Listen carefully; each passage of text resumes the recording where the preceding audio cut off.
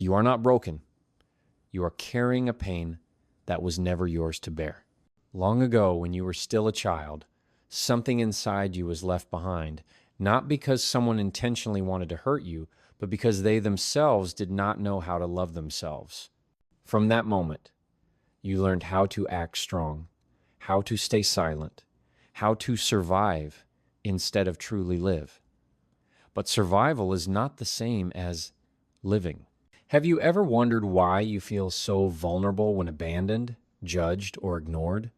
Why you feel exhausted when you are only trying to be fine? It is because within you, there is still a child who has never been held. That child has not disappeared. It only hides in the reactions you cannot control, in the relationships that drain you, in the dreams you do not dare to speak out loud. And I am telling you this, not because you are weak, but because you have been alone for too long. It is time for you to turn back, not to fix yourself, but to meet yourself again for the very first time with the eyes of an adult who is safe enough to stay.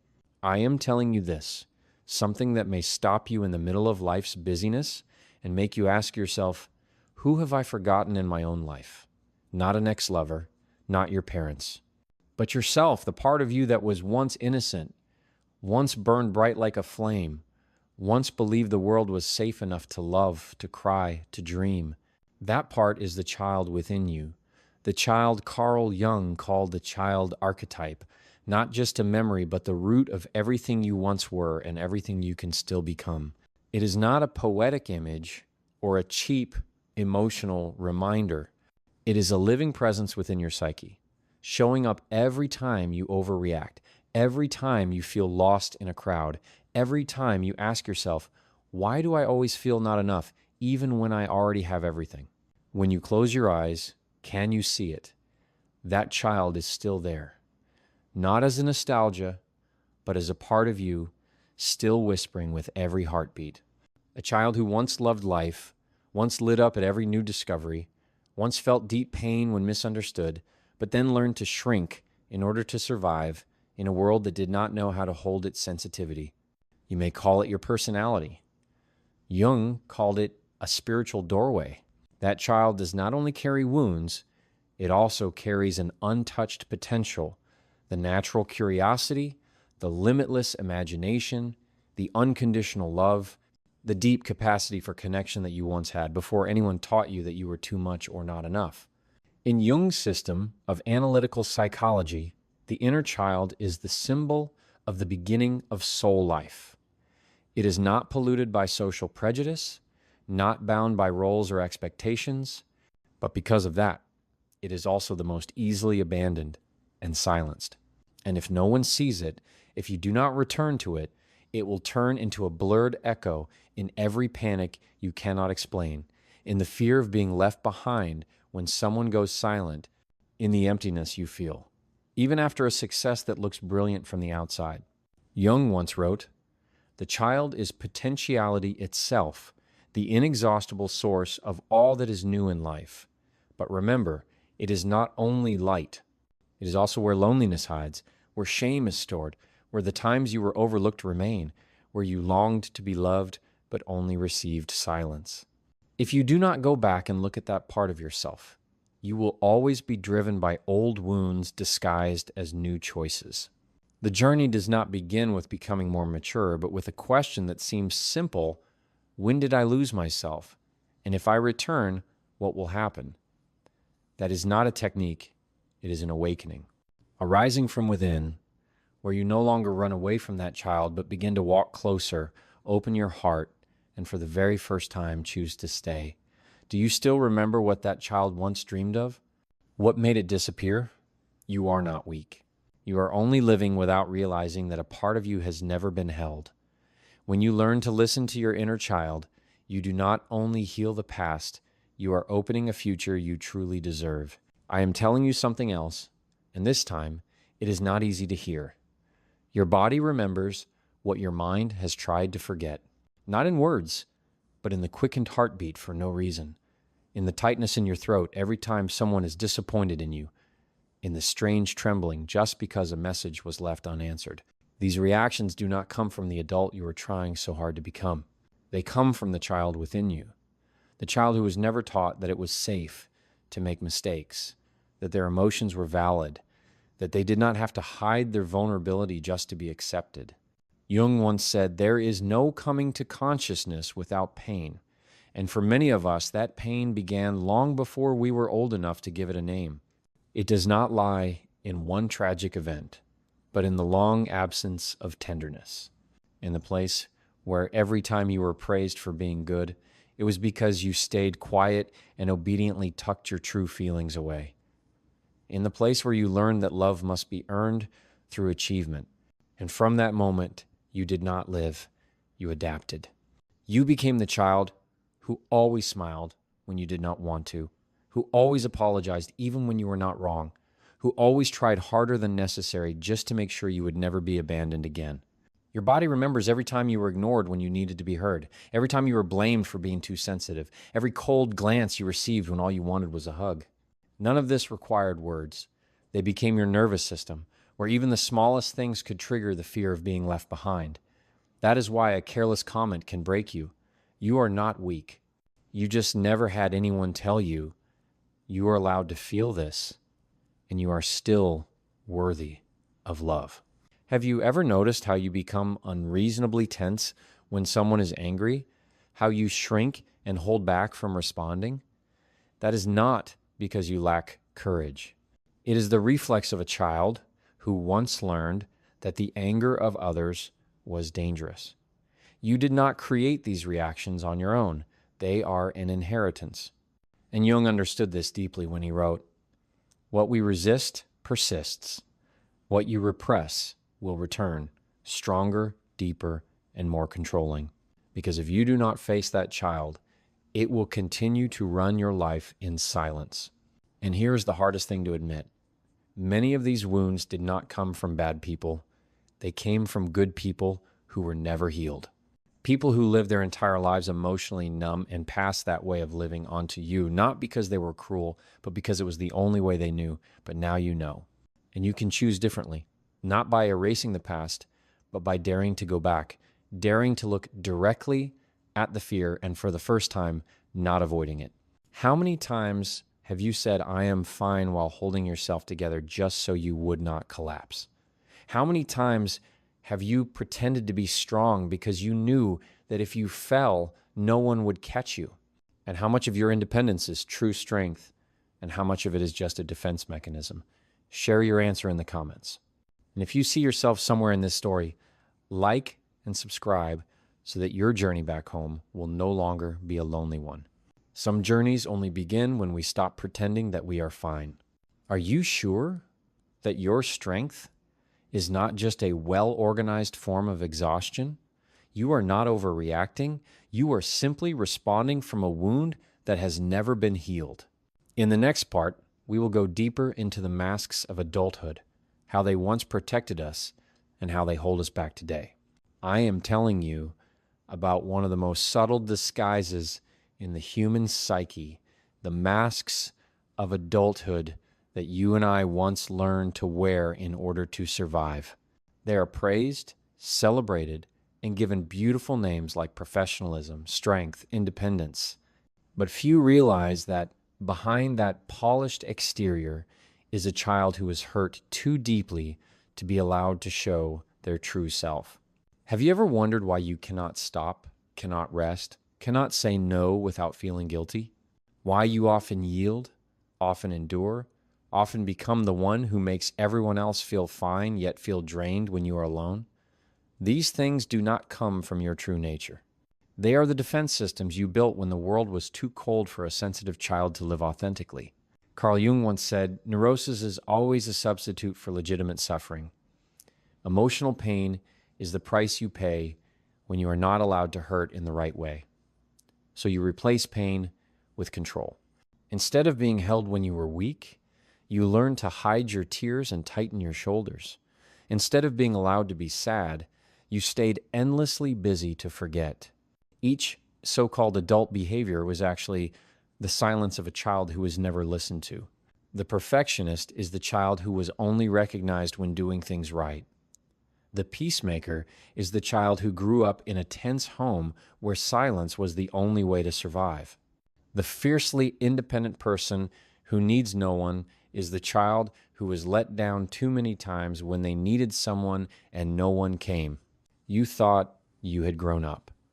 But the truth is, you only learned how to hide that child better. Every time you are praised for being strong, yet feel empty inside, it is that child within whispering, "This is not me." And the saddest part is that society not only accepts those masks, but glorifies them. The one who always smiles is called positive. The one who endures is called reliable.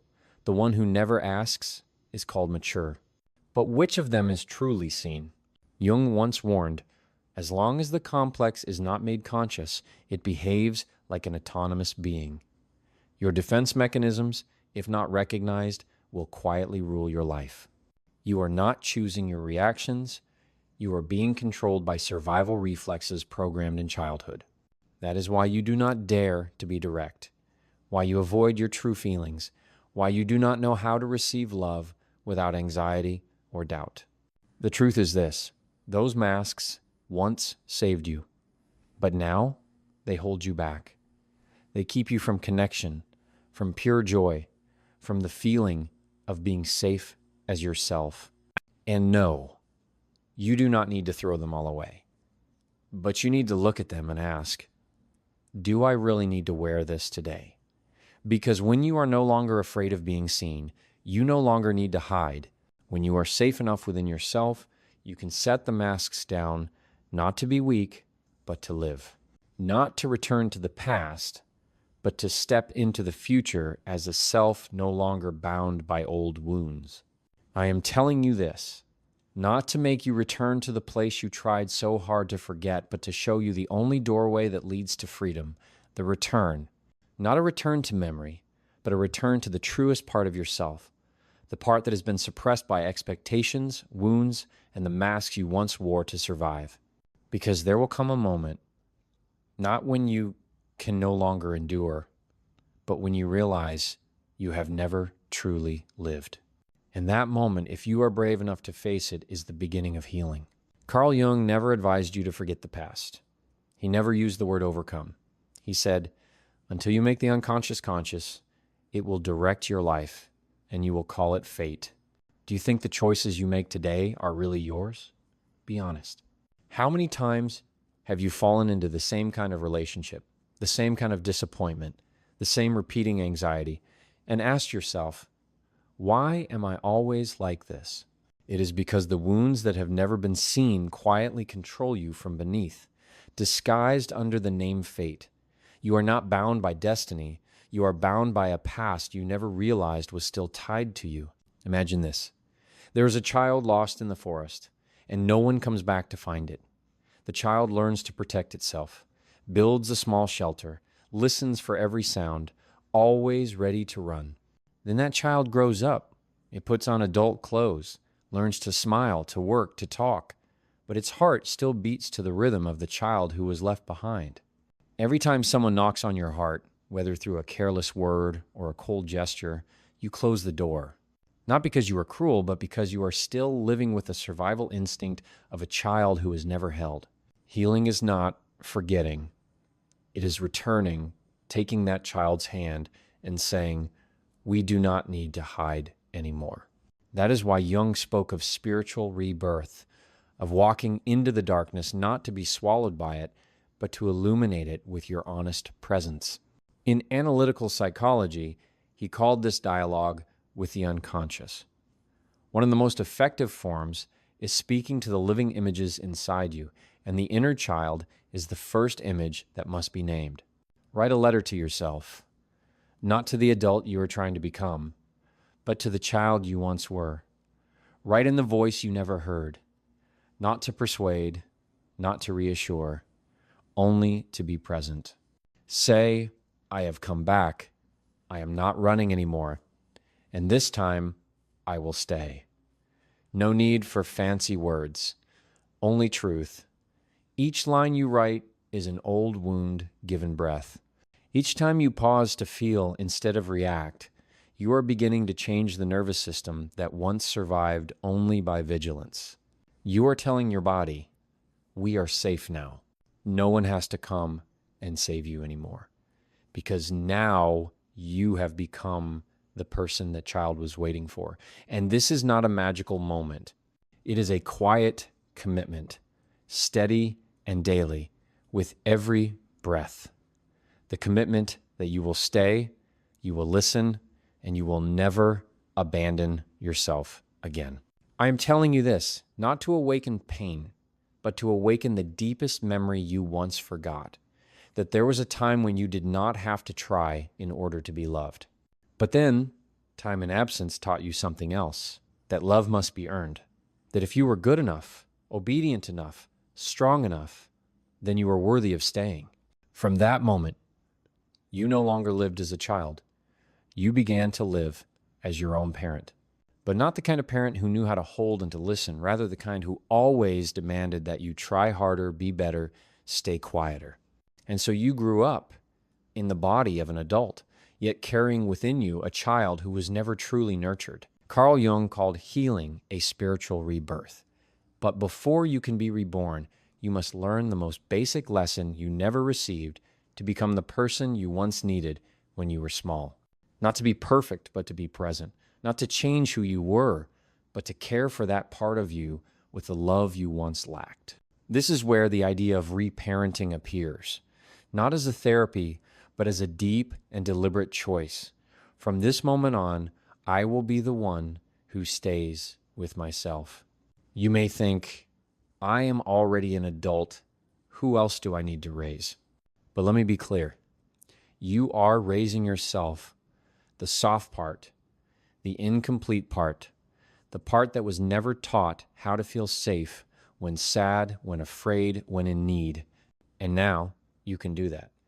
Not with words or reason, but with small and steady actions. When you eat properly, not because you fear sickness, but because your body deserves care. When you stop working a little earlier, not because you are lazy, but because you understand that rest is not a reward, it is a right. When you say no to something that drains you, not because you are selfish, but because you are protecting your own boundaries. These seemingly small things are the foundation of real love, love with discipline, with presence, and without conditions. Jung once said, the greatest tragedy of the family is the unlived lives of the parents. Your pain may not have started with you, but if you are reading this, you have the chance to end it here. Because if not, it will repeat, not by how you hurt others, but by how you continue to hurt yourself. Reparenting does not demand that you become a perfect father or an ideal mother. It asks for only one thing, honesty, that you are willing to step into a role no one ever taught you, with all the awkwardness at the beginning, and with the sincerity that nothing else can replace. Try to remember, what did you love when you were small? Drawing, playing under the sun, sitting and listening to the rain? Those things never disappeared. They are only waiting for you to return. Not to recover the past, but to open a future where you no longer reject the things that once made you feel alive. Reparenting is the act of an adult bending down to meet themselves, not to fix, but to understand. To embrace the child who once sat there, quietly waiting for someone to return. And today, that someone is you. I am telling you this with all the respect for the person you have become. If today you still find yourself overreacting, feeling anger without knowing why, feeling pain when you think you should only feel sadness, it does not mean you are weak. It is a sign that a part of you is still waiting to be seen. And if you are brave enough not to judge that reaction, but instead to listen, then in that very moment you have stepped into an entirely new level of maturity where you are no longer the victim of emotion, but the guide for it. Carl Jung did not teach us to avoid the darkness. He did not believe in false light or forced positivity. He believed in shining a light inward, into fear, into anger, into the reactions you once felt ashamed of. And he said, one does not become enlightened by imagining figures of light, but by making the darkness conscious. You cannot heal what you still deny. You cannot understand yourself if you keep calling your true feelings disorders or nonsense. What you are calling too sensitive may be the part of you that is saying, I was heard here. I was just never listened to. And here is the truth few people want to face. Most of the reactions you dislike in yourself, avoidance, excessive anxiety, panic, silence when you need to speak, are remnants of old circumstances where you were never allowed to be safe. Your body does not distinguish between a stressful meeting and a cold dinner table when you were 7 years old where no one asked, how are you feeling today? Your adult mind knows that a criticism is not the end of the world, but your nervous system still carries the memory. Every time I am wrong, I will be left behind. And so instead of responding, you react, you avoid, you blame yourself, you shut down. But in that very moment, you now have a choice you never had as a child. You can pause, not to escape, but to ask yourself, where is this reaction truly coming from? What is it trying to tell me? That is the moment you are no longer driven by the wound, but begin to guide yourself. That is self-mastery. Not rigid control, but conscious presence in your emotions. It is when you feel safe enough with yourself not to tear your anger apart, but also not to swallow it down. It is when you stand between emotion and choice, and you choose not to abandon yourself ever again. Jung called this process individuation, the deepest maturity, when you do not cut off any part of yourself, but integrate every opposite, light and dark, strength and vulnerability, reason and emotion. When you no longer need to fight yourself, you begin to step into freedom. Not freedom from emotions, but freedom to live with them without being drowned. So next time you feel yourself trembling over something that seems small, do not rush to dismiss it. Place a hand on your chest, take a slow breath, and say, I hear you, I see you, and I am here. That is how you shift from reaction to connection. That is how you begin to live with intention, not through a mask, but through your true self. I am telling you this not to move your emotions, but to awaken you. Have you ever asked yourself why you are always exhausted from trying to please others? Why you feel uneasy when setting boundaries, guilty when saying no, and as if you disappear every time you are forced to choose between someone else's peace and your own truth? This does not come from a lack of confidence. It comes from a truth no one ever taught you, that real love does not require you to sacrifice yourself. But if as a child you learned that you were only loved when you stayed quiet, when you behaved, when you avoided trouble, then today a part of you still believes that in order to be kept, you must abandon yourself. We call it kindness, but let us be honest, it is a form of disappearance. Disappearing from your real needs, disappearing from your inner voice. And so you become the person everyone appreciates, but no one truly knows. You are the one who reconciles every conflict, yet no one knows how many times you have cried in silence. And you begin to believe that is the price I must pay to keep the peace. But I am telling you, no one should ever have to trade their own presence just to exist in someone else's life. Carl Jung once said, people will do anything, no matter how absurd, to avoid facing their soul. We stay busy to avoid pain. We use humor to cover our fragility. We work too hard so that we never have to sit alone with a voice inside. And the saddest part, those masks are praised by society. The one who endures is called resilient. The one who never resists is called well-behaved. The one who never demands is called mature. But no one sees that beneath it all is a body always on alert, a heart always afraid, and a mind that is never rested. You do not need to scream to prove that you are hurting. Sometimes the silence that lasts too long is the loudest cry, and Jung understood this. He did not say, we must eliminate these defenses. He only reminded us, as long as the complex is not made conscious, it behaves like an autonomous being. If you do not recognize the mask you are wearing, it will control you. and you will mistake it for personality when it is only survival habit. So stop.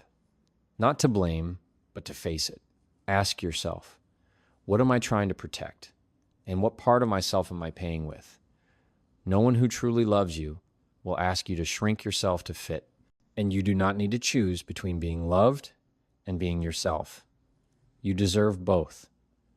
But to have that, you must be the first to accept that it is time to stop living through roles. It is time to stand up and say, gently but firmly, I will not disappear anymore. This is not rebellion. This is return. Return to the self you once abandoned in order to survive. And today, you do not need to survive anymore. Today, you are allowed to live. I am telling you this as a deeply human reminder. There are parts of you that do not need to be healed in order to be loved. They only need to be brought back to life. Because very often, what you call flaws are actually abilities that were once alive before they were buried under responsibility, expectation, and fear. Think back to the last time you did something not for results, not for recognition, but simply because it made you happy. Maybe it was doodling a messy picture, playing an imaginary game, or sitting and watching the rain without thinking. These things may seem small, but that is where the deepest part of you once lived freely. Carl Jung never saw the return to simple things as naive. He called it the way back to the origins. He once asked, "What did you do as a child that made the hours pass like minutes?" Therein lies the key to your earthly pursuits. What you once loved with unconditional passion was not random.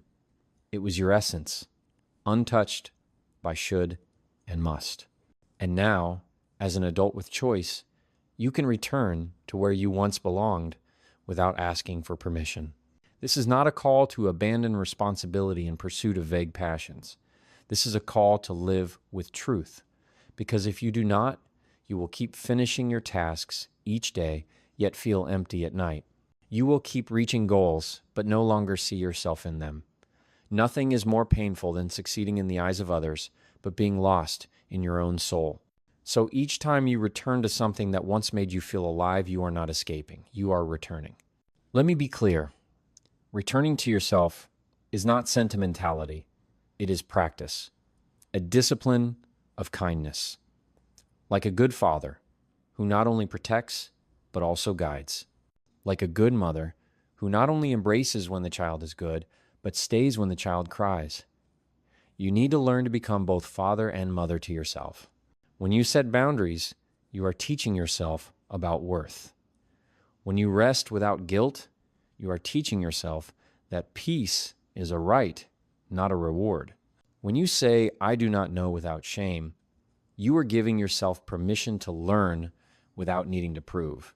Reparenting, becoming the one who nurtures yourself, is not a technique. It is a quiet, profound, and lasting commitment. It is waking up early not to be productive, but to begin the day with kindness. It is choosing food not for dieting, but because you deserve nourishment. It is being silent, not out of fear of conflict, but out of respect for inner balance. This is how you rebuild the house of your emotions, brick by brick, with steady care, never flashy, but never absent. Jung believed that within each person lives a collection of archetypes: the father, the mother, the child, the wise one. When you learn to awaken the first two within yourself, you are not only caring for yourself, you are reawakening the ability to love that was once buried. And through every small action, you are telling yourself what no one told you before.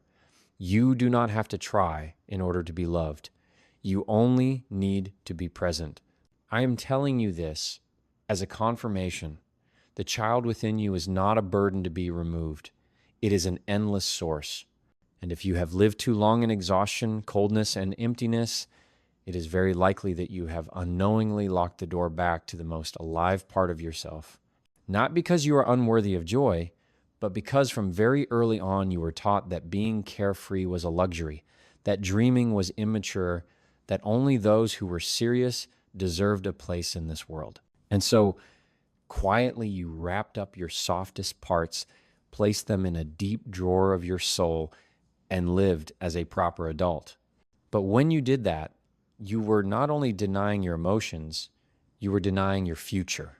Carl Jung once said, "The child is potentiality itself, the inexhaustible source of all that is new in life."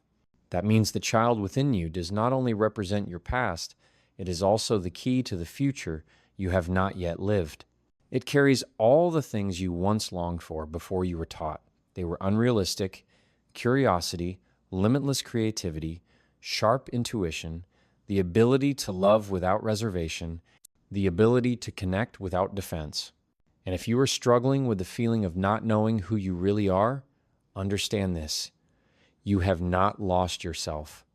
You are only living without ever returning to meet the first person you once were. In many cultures, Jung saw the image of the divine child. Horus in Egyptian mythology, Krishna in Hinduism, the Christ child in Christianity. None of them are symbols of weakness.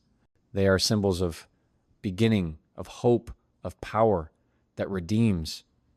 That means the child within you is not fragile. It is the deepest part of you untouched by expectation or social condition.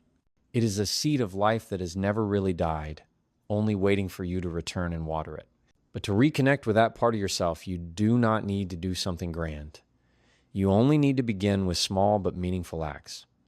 Walk without purpose. Draw something you will never be good at.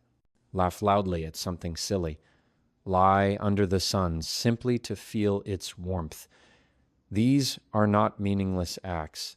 They are signs of a nervous system beginning to believe, again, I am safe now.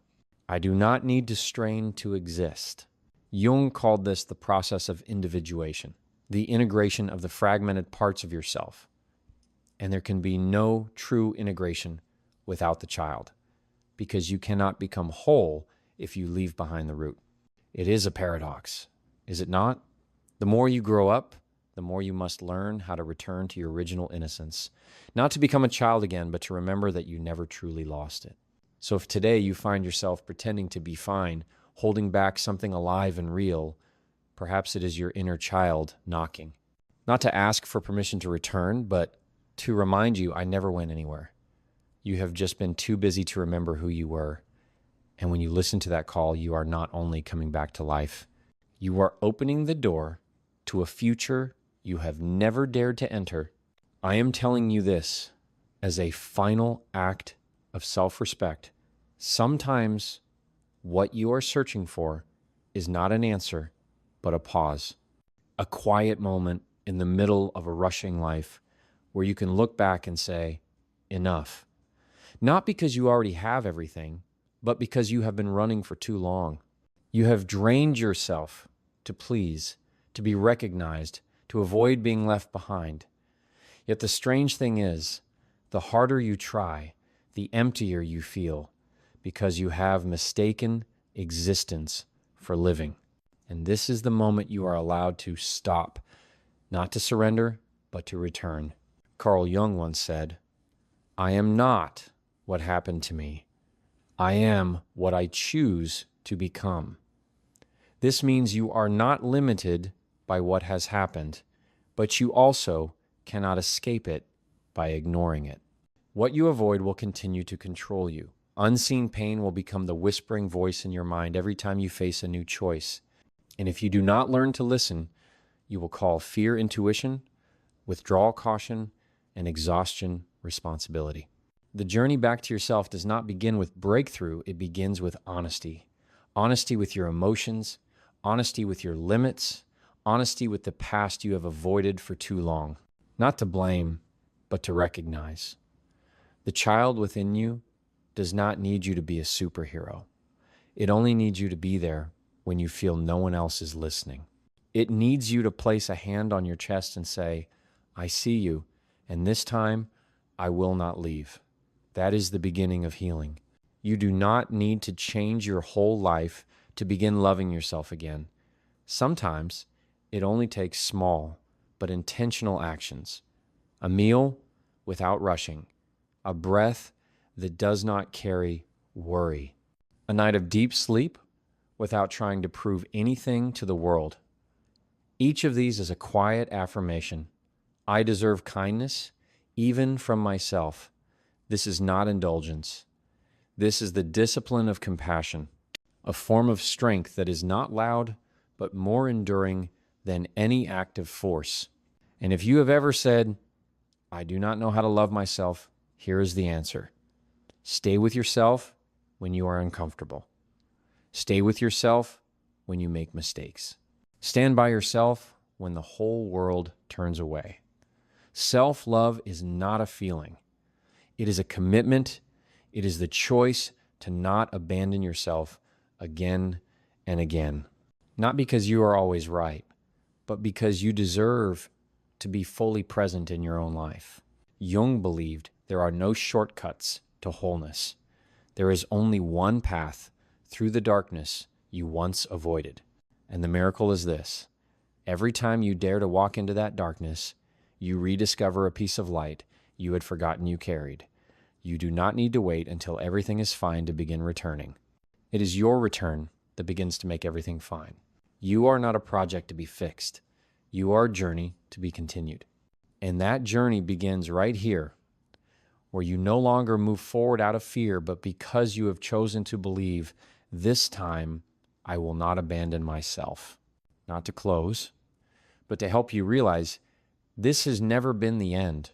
This is a beginning, but a true beginning, where you no longer try to become someone else in order to be loved, but start learning how to love yourself, even if unfinished, even if wounded, even if sometimes still unready. The journey back to yourself is not an easy path. It has no spotlight, no applause, and sometimes no one will understand what you are trying to do. But keep going, because every step you take inward is a step that takes back the power once held by your past. Every time you choose to respond instead of react, to stay instead of run, you are rewriting the definition of love, starting with yourself. I am not telling you anything grand. I only hope you are brave enough to begin with the small things. A gentle hand pressed to your chest when your heart hurts, a quiet nod to the emotions you once learned to ignore, an afternoon spent, not trying to be productive, but simply present. And then, little by little, you will realize healing is not about going somewhere far away. Healing is when you return, look straight at the child who has been waiting for you, and whisper, this time, I am truly here. Thank you for being on this journey. Thank you for your courage to listen, for choosing to stay even when it was not easy. We cannot change the past, but we can change the way we treat ourselves starting today. And if there is one thing I hope you carry with you after all you have heard, it is this: you are worthy.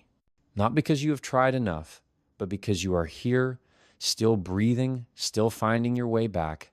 I wish you health, the gentleness to always listen to yourself, and the peace to live a life no longer in conflict with your own being.